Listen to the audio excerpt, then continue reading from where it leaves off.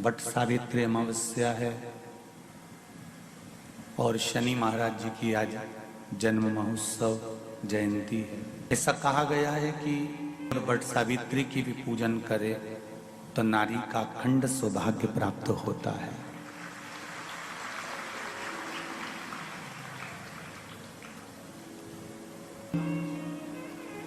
आज वट सावित्री और शनि महाराज की जयंती, ये त्रिवेणी स्नान के बराबर है।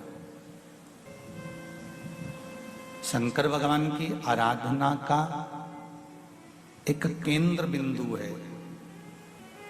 शंकर भगवान की पूजन केवल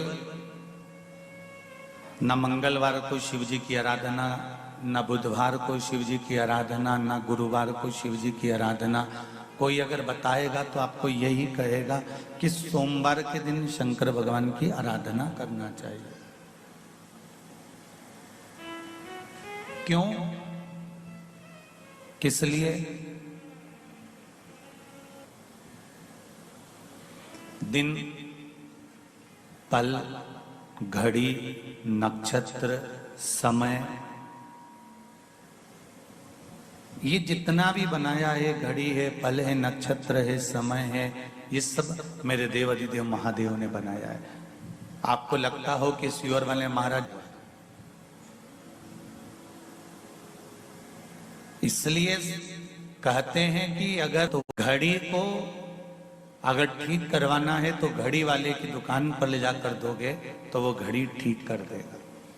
थोड़ा समय लेगा, 5 दिन, 7 दिन, 8 दिन थोड़ा लग जाएगा, पर घड़ी वाले की दुकान पर ले जाकर पटकोगे तो घड़ी ठीक करेगा। फ्रिज वाले की दुकान पर फ्रिज ले जाकर रखोगे तो फ्रिज ठीक करेगा। एसी वाले की दुकान पर एसी ले जाकर रखोगे तो एसी ठीक करेगा। घड़ी की दुकान पर ही घड़ी ठीक हो सकती है। उसी तरह जैसे घड़ी की दुकान पर ही घड़ी ठीक होती है, तो ये समय, ये घड़ी, ये पल, ये नक्षत्र, ये समय, ये वर्ष, ये महीने, ये वार जिसने बनाए हैं वो है देव अधिदेव महादेव। अगर हमारा भी समय ठीक नहीं चल रहा हो तो शंकर जी के पास ले जाकर थोड़ी देर बैठ जाओ। ये घड़ी, ये समय, ये पल, ये नक्षत्र बढ़ के पेड़ के नीचे छोड़ कर आए।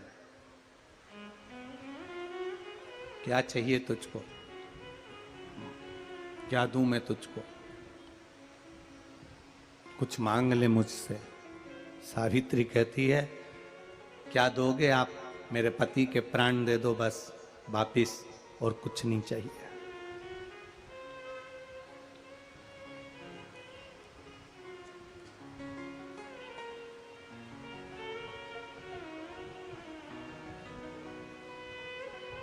बट सावित्री की अमावस्या के दिन किसी एक माता ने सीहोर आश्रम पर एक मैसेज भेजा और उस मैसेज में लिखकर भेजा कि गुरुजी से पूछना, हम भी तो पति की इतना मानते हैं, पति का सम्मान करते हैं, पति को आदर देते हैं, तो हम भी सावित्री की गिनती में आते कि नहीं आते हैं?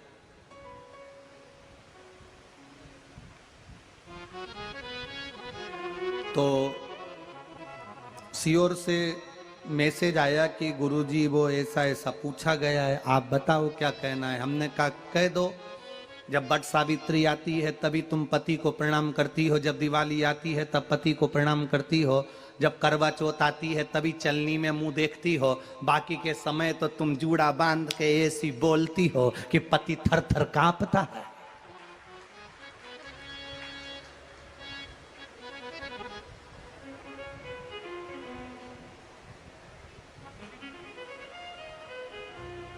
केवल एक करवा चौथ का दिन ऐसा होता है कि चलनी में पति का मुंह देखती हो।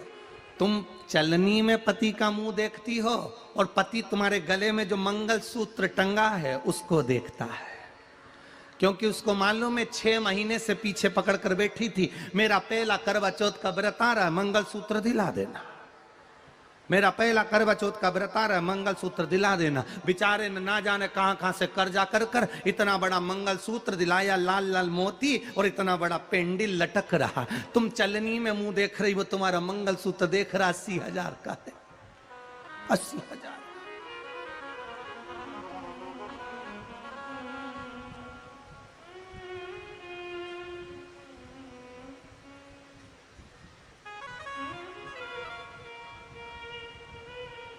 16 श्रृंगार में नारी के हाथ की चूड़ी का कलर अलग हो सकता है, चूड़ी की डिजाइन अलग हो सकती है, चूड़ी अलग हो सकती है, चूड़ी महंगी सस्ती हो सकती है, मंगलसूत्र की कीमत ऊंची नीची हो सकती है, पांव की बिछुड़ी की कीमत ऊंची नीची हो सकती है, कान के कुंडल की कीमत ऊंची नीची हो सकती है। तुम्हारे शरीर पर जितने जितने 16 श्रृंगार हैं उसकी कीमत ऊंची नीची हो सकती है। केवल मंगलसूत्र की डिजाइन बदल सकती है, नाक की लौंग की डिजाइन बदल सकती है, कान के बुंदे की डिजाइन बदल सकती है, हाथ की चूड़ी की डिजाइन बदल सकती है, पांव की पायल की डिजाइन बदल सकती है।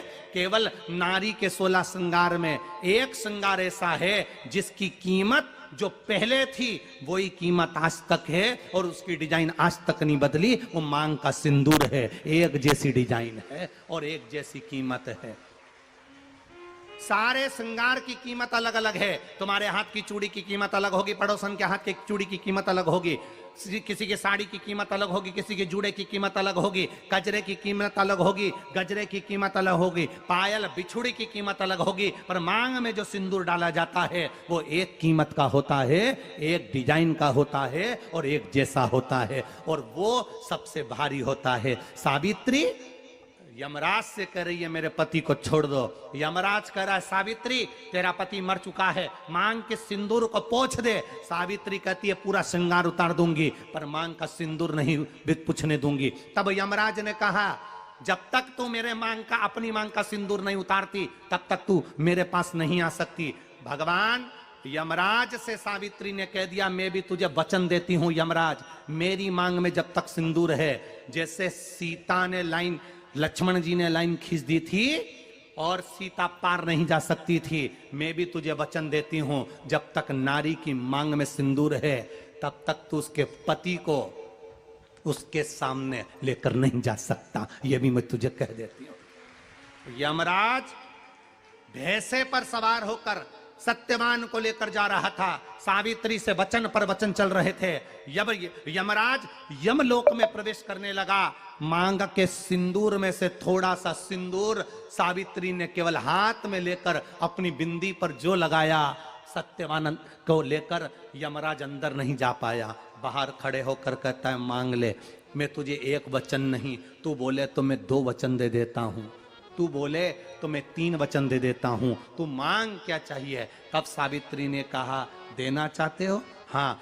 अब यमराज को लगा कि लालच में पड़ गई सावित्री, तब कहा पहला वचन दीजिए मेरे अंधे सास ससुर के नेत्र वापिस आ जाएं।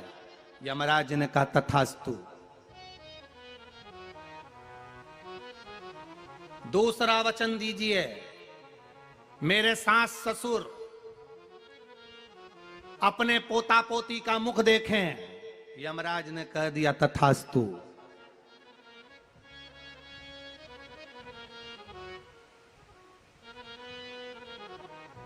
जाओ। यमराज जाने लगे, फिर आग जलने लगी, कहने लगे अब मैं अंदर क्यों नहीं जा पा रहा हूं। सावित्री कहती है तुमने वर दिया है मेरे सास ससुर पोता पोती का मुख देखें, उनके बेटे को तुम ले जाओगे तो पोता पोती कहां से होगा, छोड़कर जाओ। सावित्री है, पति को वापिस लेकर आ गए।